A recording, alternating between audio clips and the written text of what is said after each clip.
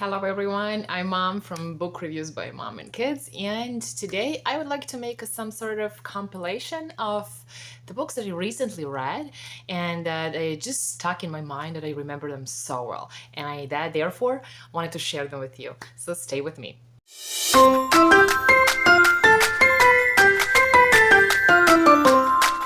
Okay, so first, I'm not going deeper into each of those books because it will take forever.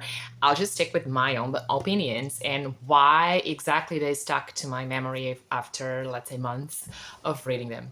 So first book I want to share with you is Someone Else's Shoes by Jo Jo Moyes. It's really shocking. I was honestly thinking the entire night after reading the first pages of the poor girl who just was pushed out of her the entire life out to the street and forced to, let's say, fend for herself.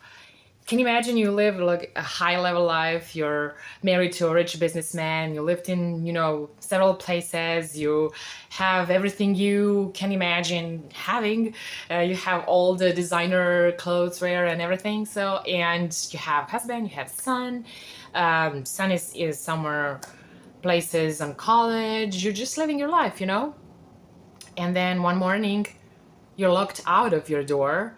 You switch your bags, fitness bag with some other person, and then you just metaphorically also live in someone else's shoes as well as physically. So she needs to fit in the shoes of other people and to live a completely different life without anything. So all the cars are blocked, everything is blocked. So I was really shocked, and like, let's say I'm a mom, I have a husband, I have kids. Can I imagine tomorrow waking up and being in a street like without a penny, and how will I survive? So that was really thought provoking for me. And also different they follow two women, and another woman is like getting those, let's say, Louboutin shoes, and then now she's really living her life. She's getting deals, she's promoted, she's whatever. She's really into upscale of her life because of other shoes. But she also faces a husband who's having really hard depression. And the thing I really remember about the husband, and I was like laughing so much, is just like husband telling her like, why would we even recycle things when we know that certain things like plastic will never recycle? It will end up on the landfill anyways. And he's depressed because of that, among other things. And I was like, seriously?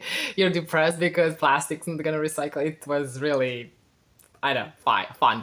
Anyways, it's an amazing story. If you haven't read it, please read it. Okay.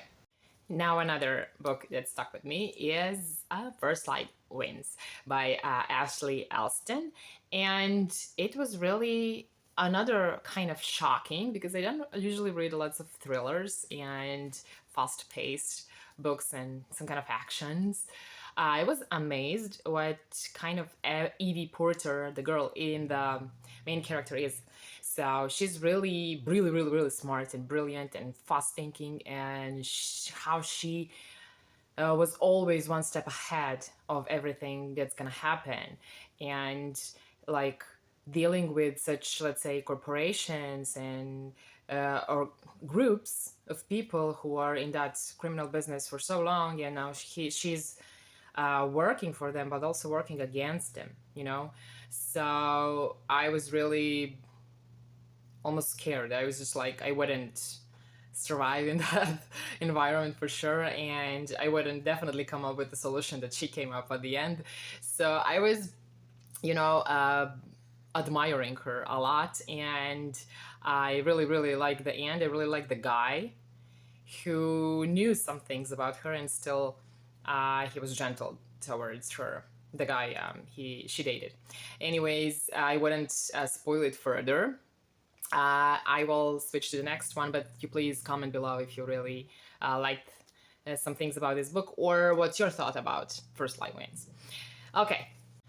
Anita de Montalev's Last is the book I did not so much enjoy. I picked this book because of Ariza's book club choice, and I must say it was a little bit controversial for me, a little bit.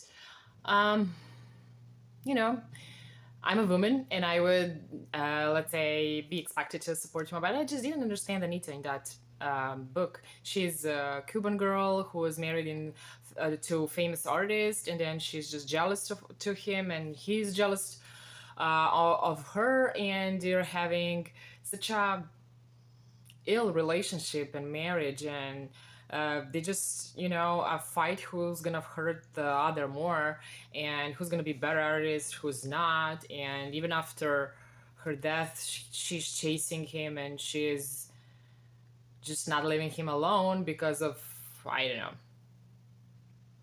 he didn't treat her well, he was better artist or not, or he was more famous, or I don't know. It's ill story in my opinion.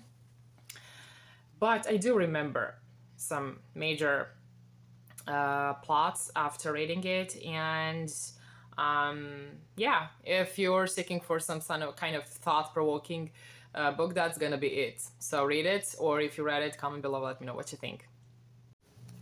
The next one, Let Us Descend. Oh my god, it's really a story that you will never forget. I will never forget it for sure. It was like real life horror story of a black girl in slavery time in 1900s in, let's say, southern North Carolina, Louisiana, Alabama, that part of the US.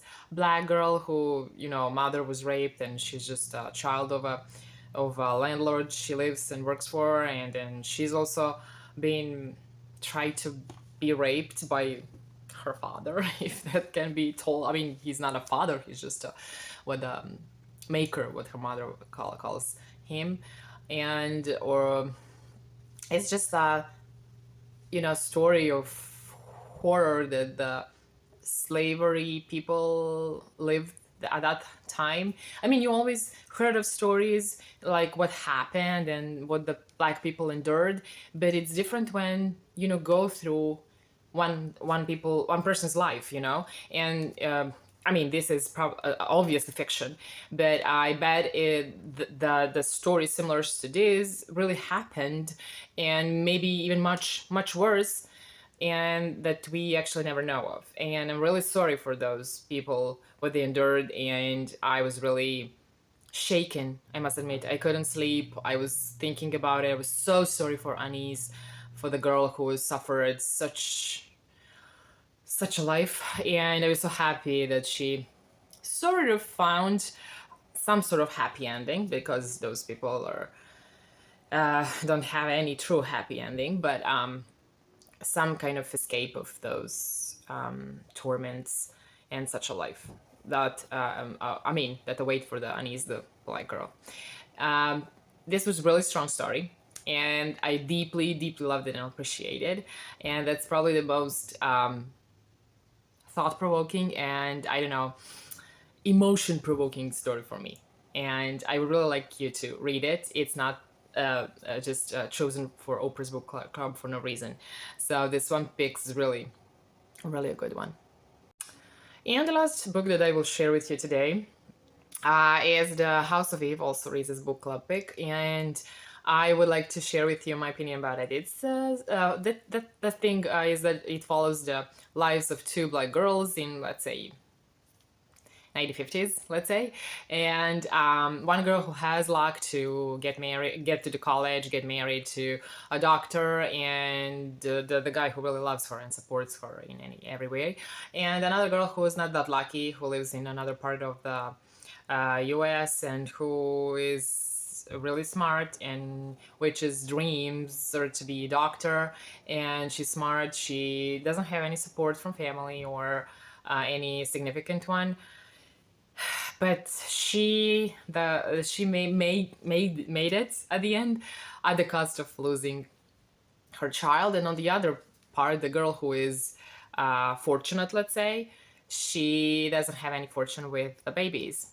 So the girl who's actually fortunate gets the baby from the one who doesn't have any luck, and then it's really let's say, that's sort of destiny, how the destiny played a role in the forming of their lives and the outcome. It was really good story, and yeah, that's what I remember about this book and how I remember it. So yeah, let me know in the comments below which one of these books you read and what do you think about which one's your favorite. And I will see you in the next video with the next great books. Thanks for watching me.